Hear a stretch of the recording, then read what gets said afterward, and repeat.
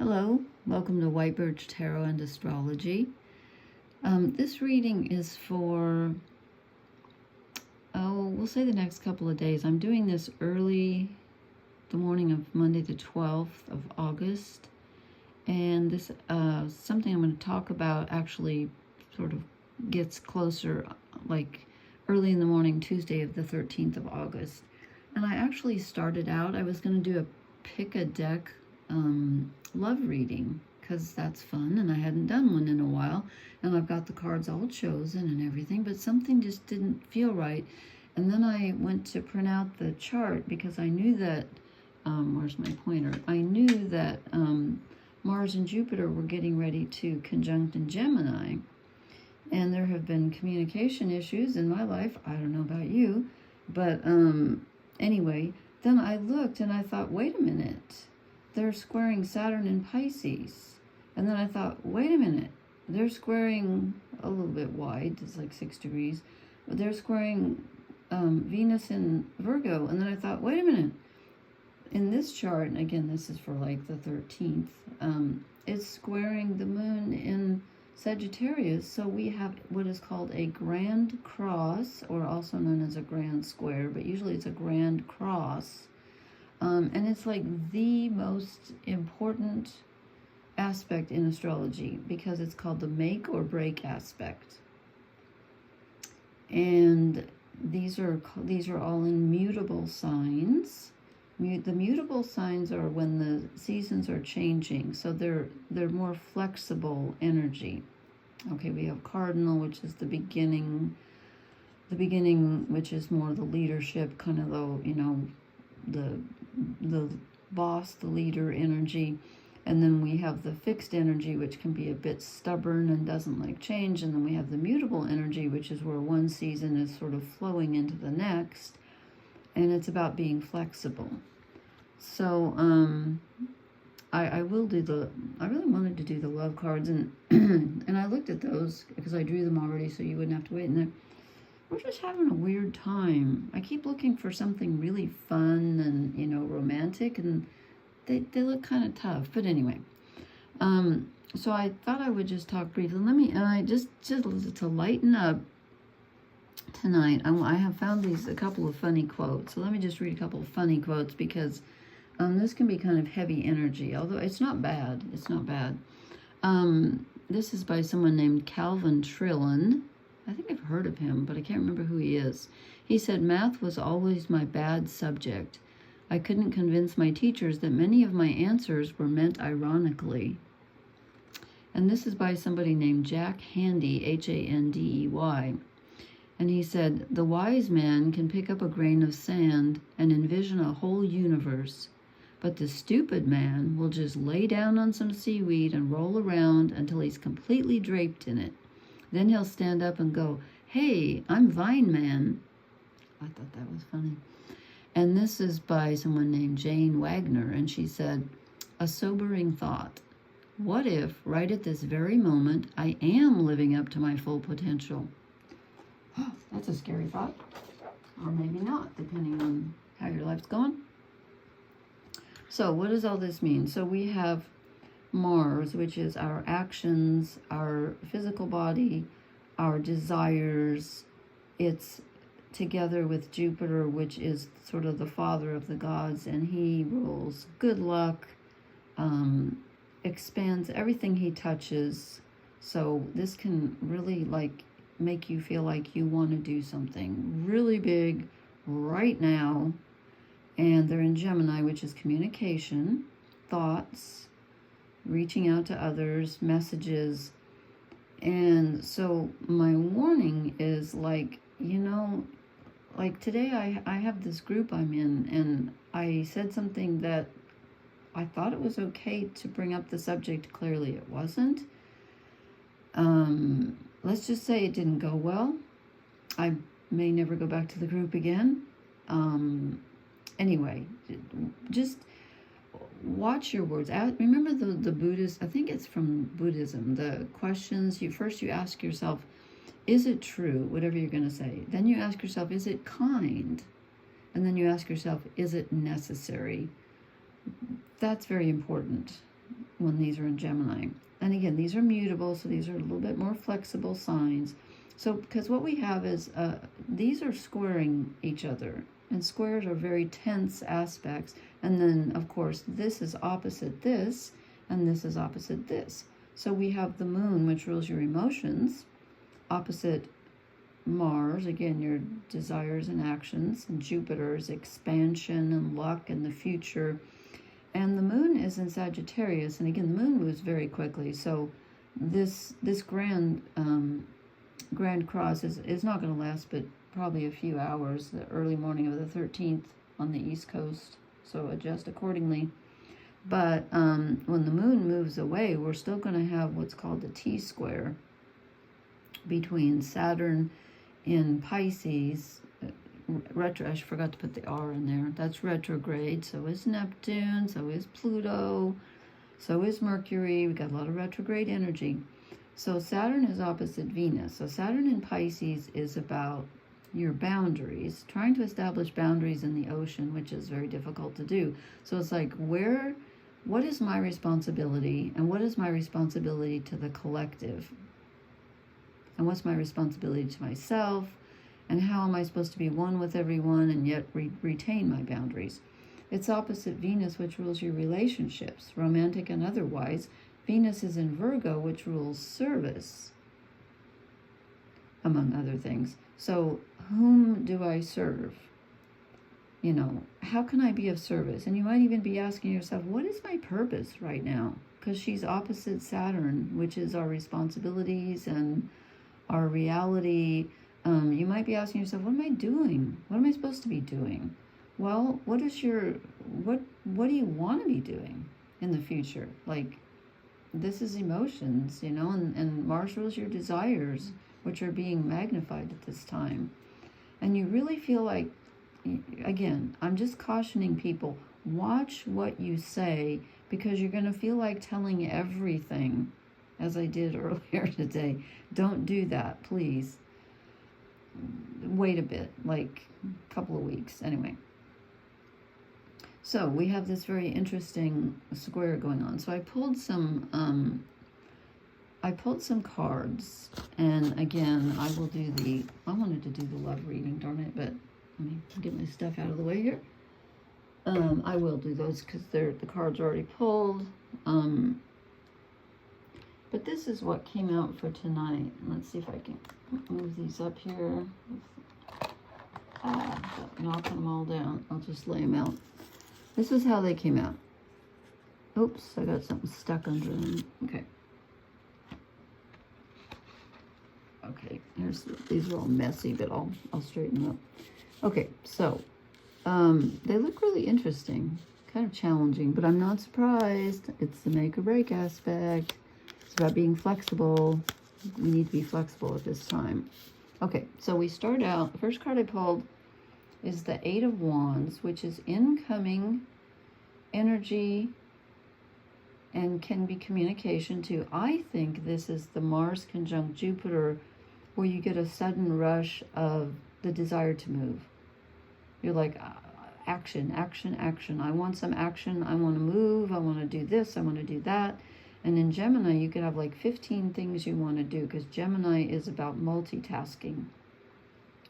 Gemini is, you know, the twins. And it's an air sign, so it's about thinking too. Your mind might be racing. Cow, mine sure is. Okay. Then I draw the Ten of Swords, which doesn't surprise me, because this is where you've overthought things, and you have, like, you know, when do you ever get your mind stuck on something and you tell yourself, okay, I'm going to go 10 minutes without thinking about this, and then a minute later you find yourself thinking about it again. This is where you're just like, I just want my mind to be clear. You might need to meditate or go for a walk or whatever you need to do. Listen to some music to get your mind to stop racing. I think this is just too many thoughts. Too many thoughts killed the writer here. And then I drew the Queen of Swords. And this is also about, she can be a bit, I want to say, didactic. So she thinks she knows everything. Now, she does have strong boundaries, but sometimes they can be too strong. And she needs to be right all the time. So please resist the desire to be right all the time. However, it's a good card if you want to be in control of your thoughts, which it looks like we might need to be. So that's the positive and the negative of her. And then I drew, here comes the Seven of Wands. And this is what I've been feeling. It's like, I feel like I'm at odds with other people. I start a communication, or someone communicates with me, and it just goes off the rails. And I'm like, what happened? I didn't mean for that to happen. So you might be feeling very defensive, and I think that's possible. So again, my advice is you got to go with the flow. Don't try to, if you're in a conversation with someone or you're disagreeing or whatever, don't try to be right now, because they're not going to listen, I don't think. So you be the mutable one. You be the flexible one. Above all, the key word is flexibility right now. And then we get another confirmation of calming down our thoughts. Rest, meditate, put your mind to rest, whether you have to watch Netflix or, whatever it takes. Calm your mind, because it's going to be very active right now.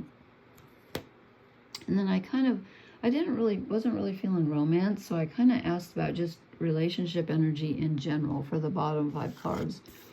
And I start out with the Seven of Pentacles, which is assessing your current situation.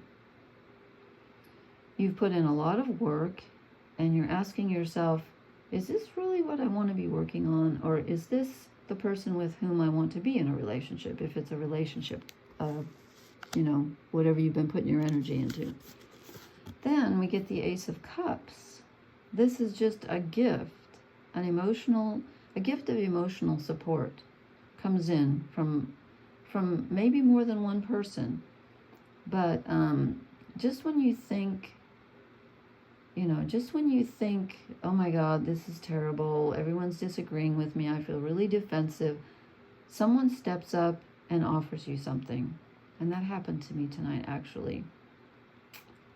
So don't give up, okay? This is a gift from above, truly. But we get the Six of Pentacles, which is the equal give and take. So it's very important right now that if you're giving to others, make sure that you're getting something back. It doesn't have to be exact. Like if you loan somebody $5, they don't have to give you $5 back. But, make sure that they're giving you something back. And the same with taking. If you're taking, make sure you're giving back. I have a feeling people who watch tarot readings are probably usually, I don't know why I'm getting the feeling, we're probably more apt to give than to take, but, I could be wrong. So this is about making sure that the relationship is equal. Boundaries. Okay. Then I was like, okay, I don't get this one. Why are we getting the Five of Pentacles?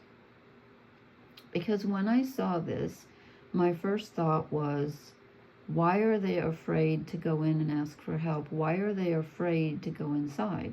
Normally, I don't think that. I don't normally associate fear with this. It's about feeling lonely, feeling like you have to go it alone. There's help right there, but they don't see it. But for some reason tonight, I got the feeling that they were somehow afraid. It could be arrogance with the Queen of Swords. It could be feeling defensive, like, no, you're not going to agree with me 100%. I'm not going to accept your help. But you need to accept the help, because that's how the universe works. It's a give and take. And again, I don't know why fear popped up, but it did. Don't be afraid to ask for help. Don't be afraid to take help if it's offered. And then this one came out last, and I'm like, oh my goodness, what am I going to do with this? Now, this is Gemini energy, and as I said, Mars and Jupiter are conjunct in Gemini. So in the romance relationship row, and again, it could just be relationships with anyone tonight, or it could be romance, we get the Lovers, we get union. So it is possible right now You know, with the Ace of Cups, there can be new emotional energy coming in. Is it possible you're going to meet someone? I don't know. That's the only card that is like that, really, except for this one. I think it's more about balancing with the Six of Pentacles, the give and take. I think it's more about balancing something about, like, taking care of yourself and taking care of others. Giving to yourself and giving to others.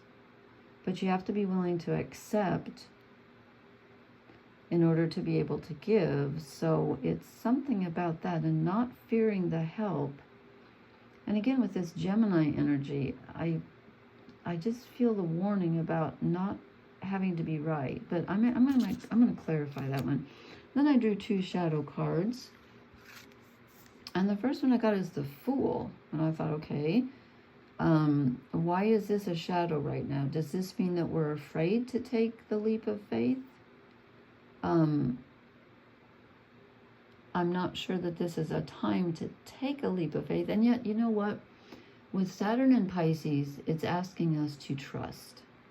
It's all about trusting and going with the flow. So this could be a shadow card because of fear, because you're not trusting and you're not willing to take that first step because you're afraid.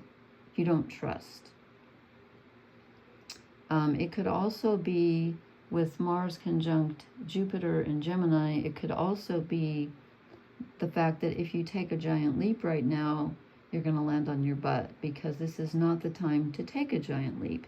When I say let go and go with the flow, I mean, it might move a little more slowly than you'd like, but it will move, but you got to trust it. So I wouldn't do anything like make a big leap right now.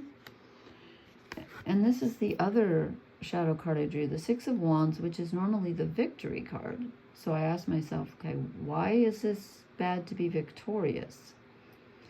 And what came to me was, again, this feeling of being right, of having to win, like it's a competition, like I'm right and they're wrong. You can fall into, now where am I getting this victim thinking? Where did that just come? Why did that just pop into my mind? I don't know, but it did. Where did I see it? I don't know. I don't really see it here. Maybe it's this Five of Pentacles. You can fall into victim thinking and like everybody's against me, the Seven of Wands. You know, why do I always have to stick up for myself? Why is everyone attacking me? Why am I not allowed to be right? You know, and you could also be criticizing other people for having to be right. Like, you know, those people that always have to have the last word, and that really irritates you. Well, if it irritates you, that probably means that you also like to have the last word, because otherwise, why would you care? So there's that. So watch out for the need to be right. Let me draw some oracle cards. I was going to clarify the Lovers. Okay, I can't use those decks because I've already pulled them for the love readings, which are sitting here. So I have room to shuffle here. To scoot back. Okay. These cards are upside down. None of the cards came upside down tonight, which is really interesting. It's 3 in the morning here, so I don't know whether to call it. Okay, I didn't concentrate. I'm talking. You know what? I'll pull that out, but I gotta concentrate. Okay. Why do we get the Lovers at the end of the, is it about just reconcile? No, don't think. Just, why the Lovers? These cards will not go together.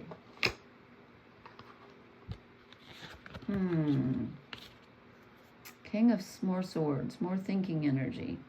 King of Swords. And before that, this one came out, but I'm not sure it was real. I mean, it's real. Is it a real card? Yes, it's real, Lori. I'm not sure it was really meant for this reading, but it did kind of come out, but I was thinking of something else because I was blabbing. So, the Queen of Pentacles and the King of Swords. The Lovers. Well, you know, that could be,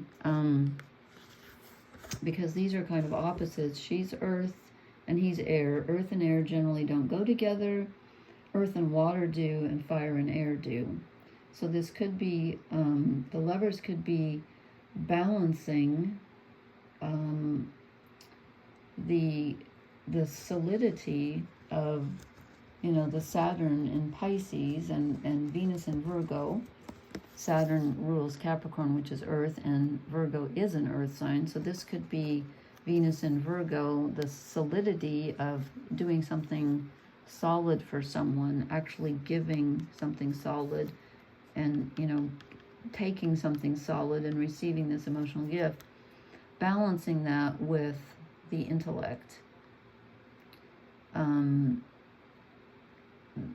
Not so much, he's not so much, I feel it more like she's more like the need to be right tonight. And he's more like, I'm going to be in control of my thoughts. I'm not going to let them run away with me. I'm not sure that really explains towards the Lovers. I'm really not sure that explains the Lovers, but there's a king and a queen. So maybe it's a balancing act between the, you know, the giving, the earth, the actual, what am I trying to say, the physical care, Venus and Virgo, with the King of Swords, Jupiter in Gemini, you know, who thinks that thought is everything, and if I just think it, it's going to be done. And she's like, no, you got to go in the kitchen and, you know, boil the water and do this and that. So maybe it's just about balancing. Okay, let me pull a couple oracle cards before I go on too long here.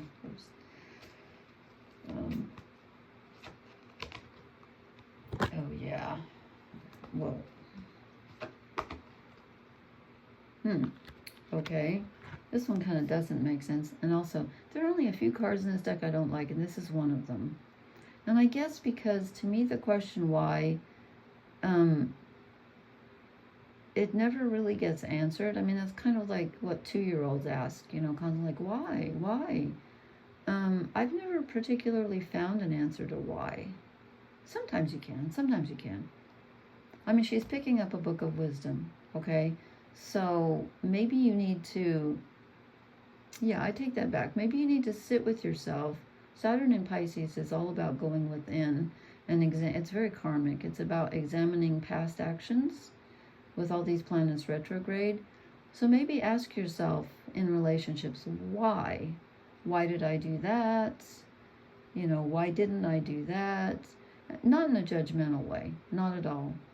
But just to examine, you know, what works and what doesn't for you, and to make sure you're breaking out of old patterns, which is very important. Because the next card is new life. And you know what? You can't get a new life unless you let go of the old one. You really have to let go of what you had planned in order for the new to come in.